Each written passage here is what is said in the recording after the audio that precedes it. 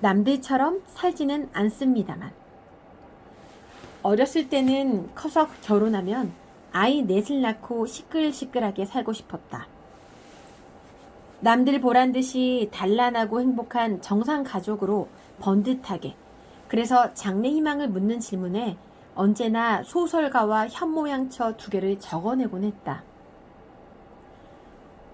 인간이 미래를 볼 수 없다는 건 어떤 면에서 축복인지도 모르겠다. 어느덧 정신을 차리고 보니 쉰이 코앞으로 다가온 지금 나는 싱글맘으로 딸 하나와 7살 고양이 한 마리, 그리고 태어난 지 2달하고 2주일이 지난 강아지 한 마리를 키우며 살아가고 있다. 소설가는 아니지만 번역하면서 글을 쓰고 있으니 그 꿈은 비슷하게라도 이뤘고, 고양이와 강아지까지 저도 아직 자식 넷 중 하나가 부족하다. 아, 거기다 남편도 없군. 현모양처가 꾸미던 어린 내가 지금 모습을 본다면 뭐라고 할까? 좀 황당하고 어이없겠지만 실망할 것 같지는 않다. 오히려 픽 웃을 것 같다. 생각보다 잘 살고 있는 걸 보기 좋아라고 하면서 인생의 단맛 쓴맛을 골고루 맛본 어른이 된 지금 어린 시절을 돌아보면 내가 바랐던 가족은 세상이 바라는 가족, 즉 세상이 기대하는 형태였다. 아빠곰, 엄마곰, 아기곰들이 있는 가족. 그 안에서 어떤 일이 벌어지더라도, 설사 가족 간 살인이 벌어지더라도 집안일이라는 이유로 보호해주는 가족. 그것만이 정상이자 표준이자 평범이라고 못 박은 가족. 그래서 홀로 설 때 오랫동안 생각하고 고민했다. 내가 싱글맘의 자녀로 크면서 받아온 사회적 편견과 상처를 내 아이에게 다시 물려주고 싶지 않았으니까. 하지만 아무리 생각하고 또 생각해도 나, 아이 아빠, 이렇게 우리 셋 다 행복할 수 있는 선택은 그것밖에 없었다. 결과적으로 옳은 선택이었다. 우리 셋은 같이 살지는 않지만 서로 돕고 의지하는 방법을 찾았고, 그렇게 지금까지 따로 또 같이 살아가고 있다. 처음 출판사에서 나와 릴리가 살아가는 이야기를 써보자고 제안했을 때 조금 망설였다. 내 이야기를 쓰는 것과 릴리의 이야기를 쓰는 것은 전혀 다른 문제니까. 릴리에게 내 이야기를 써도 되겠냐고 허락을 받은 후 우리 이야기를 쓸 수 있었다. 릴리, 그리고 송이와 있었던 여러 가지 일들을 쓰면서 오랫동안 잊고 있었던 여러 순간들이 떠올랐다. 흠칫 놀라기도 하고 기쁘기도 하고 슬프기도 하고 그립기도 했다. 인간은 어디까지나 자기 합리화에 강한 동물이라 지나간 일들을 미화하고 정당화하기 마련이라지만, 그건 합리화라는 필터를 씌워도 릴리에게 한없이 미안하고 참담한 순간들이 있다. 글을 쓰기 시작하면서 그런 순간들도 빠뜨리지 않고 하나하나 남겨보려고 했다. 뭐랄까, 엄마 혼자 키웠다고 해서 버릇없거나 이기적이거나 남들이 모르는 그늘 혹은 상처, 결핍이 있는 아이로 자라는 것은 아님을. 주 양육자가 하나든 둘이든 셋이든 혹은 없다고 하더라도 변함없는 믿음과 사랑을 주면 아이는 햇빛을 받고 쑥쑥 자라는 나무처럼 튼튼하게 자랄 수 있음을. 그런 것들을 세상에 말하고 싶었다. 릴리가 자라는 몇 년 동안 페이스북에 올린 글의 상당 부분을 잊히기 싫었다. 딸과의 이야기를 올릴 때마다 아이를 키우는 부모들이 같이 호응하고 공감하고 응원해 주어서 더 용기를 낼 수 있었다. 지금까지 나 혼자 어린 릴리를 키워냈다고 생각했는데 그건 착각이었다. 아이를 키우기 위해 한 마을이 필요하다는 말처럼 릴리는 내가 외할머니와 이모와 이모부가, 아빠가 키웠고 릴리를 아끼는 선생님들과 친구들이 같이 키웠다. 그와 동시에 릴리는 나와 아빠를 키웠다. 작고 어리고 여리지만 어른보다 크고 깊고 관대한 마음의 소유자인 릴리는 때로는 웃음으로, 때로는 눈물로, 때로는 정성스러운 선물로, 때로는 고맙다는 말로, 때로는 엇나가는 반항심으로 엄마인 나, 그리고 아빠와 소통했다. 그러면서 내가 아니지만 나의 일부인 자식과 함께 살아가는 것이 어떤지를 깨닫게 해줬다. 릴리 덕분에 나와 아이 아빠는 전보다 깊어지고 성숙해질 수 있었다. 해리포터 시리즈를 탄생시킨 작가 J.K. 롤링도 첫 결혼에 실패한 전력이 있다. TV 토크쇼에서 오프라 윈프리가 과거를 돌이킬 수 있다면 첫 결혼 안 했을까? 질문하자 그는 눈물이 그렁그렁한 눈으로 말했다. 과거에 어떤 고통을 겪었다 해도 다시 돌아갈 수 있다면 그때와 똑같은 선택을 했을 거예요. 첫 결혼에서 낳은 딸을 다시 만나기 위해. 영화 컨택트에서 언어학자 루이스는 외계에서 온 생명체 헵타포드와의 만남을 통해 미래를 본다. 그리고 언젠가 자신에게 찾아올 너무나 사랑스러운 딸이 병마에 시달리다 세상을 떠날 운명임을 알게 된다. 그러면서도 그 딸을 낳는 미래를 선택한다. 한 아이를 키우는 엄마로서 나는 롤링의 마음도 루이스의 마음도 알 수 있었고 공감했다. 나 역시 다시 과거로 돌아간다 해도 릴리와 둘만 사는 인생을 내다보는 능력이 있었다 해도 과거의 한 선택들을 하나도 바꾸지 않았을 것이다. 그래야 이 소중한 아이를 다시 만날 수 있으니까. 게다가 나는 릴리를 낳고 키우기 전에 나보다 지금의 내가 더 마음에 드니까. 그걸 가능하게 만들어준 사람이 릴리다. 릴리를 키우고 송이와 같이 살면서 그리고 어린 강아지 해피를 입양해 넷이 같이 살면서 깨달은 것이 있다. 우리는 따로 떨어져 있을 때에는 연약하고 상처받기 쉽고 무력한 존재이지만 사랑으로 연결되면서 힘이 센 존재가 될 수 있었다. 이렇게 사랑으로 연결된 존재들과 같이 있는 한 인생은 덜 가혹하며 그나마 견딜 만한 것이 된다. 때로는 깜짝 놀라는 일들도 만들어진다. 그러니 우리가 어떤 형태로 살고 있는가는 사실 그리 중요하지 않다. 릴리, 송이, 해피와 나의 이야기를 쓰는 동안 삶의 여러 형태를 떠올릴 수 있었다. 반려식물을 키우며 햇볕과 바람이 잘 드는 곳을 찾으려 애쓰는 사람, 동반자와 둘이 알콩달콩 사는 사람, 아픈 가족을 보살피는 사람, 마음으로 낳은 아이를 잘 키우려 애쓰는 사람, 반려동물과 행복하게 살아가는 사람, 혼자서 자신을 아주 잘 기르고 있는 사람. 우리 모두는 남들과 다른 삶을 산다. 살아가고 사랑한다는 것. 그것으로 행복하며 그것으로 충분하다.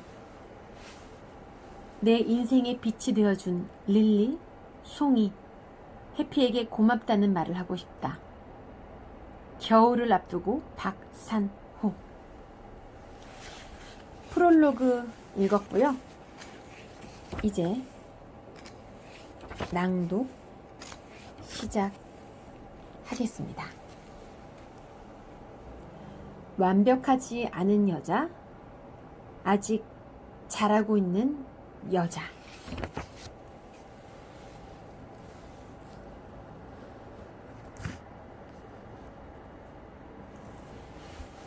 카레의 닭고기는 좀 아닌 것 같아. 릴리의 겨울방학이 엿가락처럼 늘어지다 못해 사상 초유의 온라인 계약을 맞이하게 되었다. 코로나 사태로 언제쯤 아이들을 학교에 다시 보낼 수 있을지 명확하게 알 수 없는 상황이 이어졌다. 어른들은 바짝바짝 속이 타들어갔다. 하지만 릴리를 보나 초등학교에 다니는 조카들을 보나 아이들은 더없이 행복해 보였다. 문제는 꼼짝없이 집에 갇혀 삼시세끼를 비롯해 간식까지 만들어 사다 바치고 아이의 일상부터 학업까지 챙겨야 하는 엄마들의 고통이 하염없이 늘어나고 있는 것. 얼추 다 컸지만 아직 IT가 가시지 않은 고3 릴리의 계약이 4월로 넘어간다는 교육부의 발표를 들은 그때 나도 모르게 절규하고 말았다. 마침 방에서 공부하다 물을 마시러 나온 릴리가 그 모습을 보고 물었다. 왜 그래? 당황한 내가 더듬더듬 대답했다. 아, 계약이 연기됐대. 릴리는 무심한 얼굴로 말했다. 그랬구나. 난 계약 연기돼도 별 상관없는데. 그러면서 더없이 해맑은 얼굴로 오싹한 질문을 던졌다. 엄마도 그렇잖아. 안 그래? 순간 말문이 막힌 와중에 머리를 정신없이 굴려서 간신히 둘러댔다. 그렇지. 나도 아무 상관없지. 다만 이러다 여름방학이 없어지면 내가 학원 다니기 힘들까봐 걱정돼서 그렇지. 릴리는 급조한 나의 대답에 고개를 끄덕이고는 방으로 다시 들어갔다. 아이고 위험했다. 방학 전까지 하루에 한 끼만 챙겨주면 땡이었는데 이제 삼시세끼를 챙겨줘야 하는 내 마음을 네가 어찌 알리오. 릴리와 나는 가까운 것 같으면서 은근히 멀고 할 말 못할 말 다 하는 것 같이 친하면서 한편으로는 쿨하게 서로 모르고 넘어가는 일도 많다. 그런데 코로나 사태로 같이 있는 시간이 어쩔 수 없이 길어지면서 서로에 대해 몰랐던 사실을 하나둘씩 발견하고 있다. 한 번은 오늘 또 무슨 반찬을 해야 하나 고심하다 하우스 카레와 닭고기를 사서 야심차게 카레를 만들어 식탁에 놓고 릴리의 표정을 살폈다. 그런데 예상과 달리 릴리의 표정이 어두웠다. 하우스 카레도 좋아하고 닭고기도 좋아하니 천상의 조합이라고 생각했는데 의외로 떨떠름한 반응을 보니 고민한 시간과 요리한 시간에 비례해 빛의 속도로 힘이 빠졌다. 왜? 맛 없어? 카레에 닭고기는 좀 아닌 것 같아.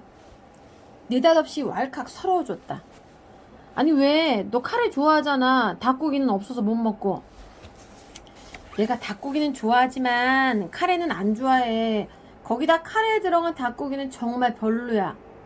뭐? 뭐라고? 너 카레 좋아했잖아. 그건 내가 초딩 때였잖아. 나 이제 고3이야. 그렇게 따박따박 대꾸하고 식탁에서 일어난 릴리의 뒷모습을 보니 영화 벌스의 한 장면이 떠올랐다.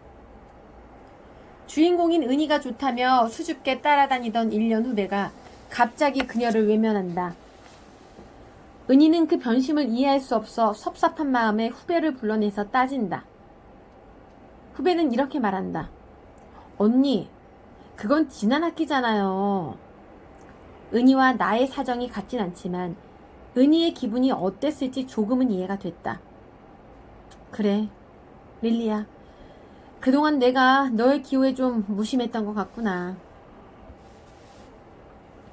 누가 더 많이 사랑하나, 누가 더 상대에게 관심이 많나라는 유치한 애정 게임에서 부모는 언제나 자식에게 KO패 당할 수밖에 없다.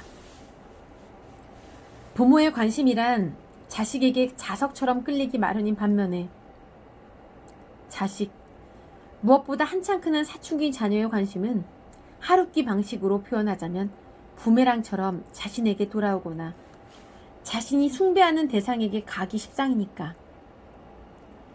그 숭배의 대상은 주로 연예인이나 친구지 부모일 확률이 적다.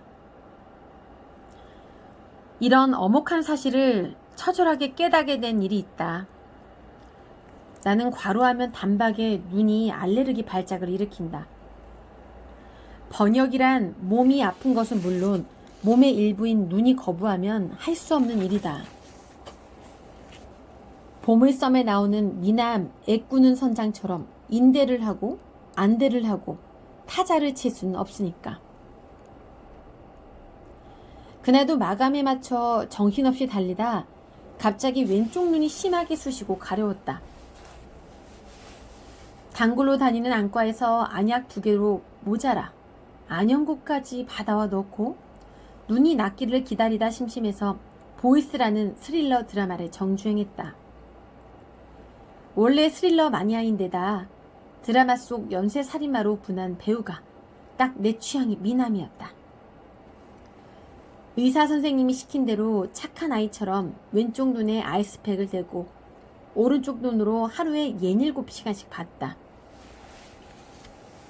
5분에 한 번꼴로 참혹한 비명이 온 집안에 울려 퍼지자 물 마시러 방에서 나온 김에 냉장고도 열어보던 릴리가 질색하며 말했다. 눈도 아픈데 꼭 그렇게 잔인한 드라마 봐야 돼? 대체 어디가 그렇게 좋아? 나는 눈에 든 아이스팩을 누르며 대답했다.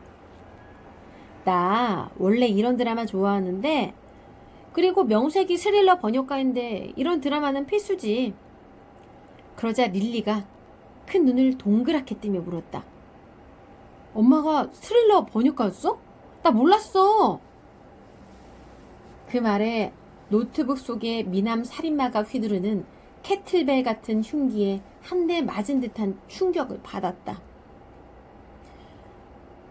아니, 너는 엄마가 스릴러 소설 번역해서 먹고 사는 것도 몰랐어? 응, 그냥 영어책 번역하는 줄 알았지. 그게 스릴러인 걸 내가 어떻게 알아? 그렇구나. 릴리는 별일 아니라는 듯 어깨를 으쓱하며 다시 방으로 들어갔고 나는 뭔가 실망스럽기도 하고 서운하기도 해서 잠시 멍해졌다. 생각해보니 어렸을 때부터 내가 따발총을 쏘는 것처럼 타자를 치거나 가끔은 글이 안 써진다고 머리카락도 얼마 안 남은 빈약한 머리를 부여잡고 몸부림치는 모습을 보면서 큰 릴리는 그게 스릴러인지 뭔지 전혀 관심이 없었던 것이다. 사실 컴퓨터 매뉴얼이든 요리책이든 스릴러 소설이든 무슨 차이가 있을까? 그걸로 우리 둘이 먹고 살고 학원비와 용돈이 제대로 나오는 한 릴리에겐 생업의 장르는 신경 쓸 일이 아니었을 것이다. 내가 스릴러 전문 번역가라는 사실을 알고도 릴리의 반응이 신통치 않았던 이유는 또 있다. 스릴러라면 환장하는 나와 달리 릴리는 스릴러라면 질색한다. 정확히 말하면 잔인한 장면이나 비명을 끔찍해한다. 그런데 정말 희한하게도 스릴러는 싫어하면서 공포영화는 개봉할 때마다 하나도 놓치지 않고 본다.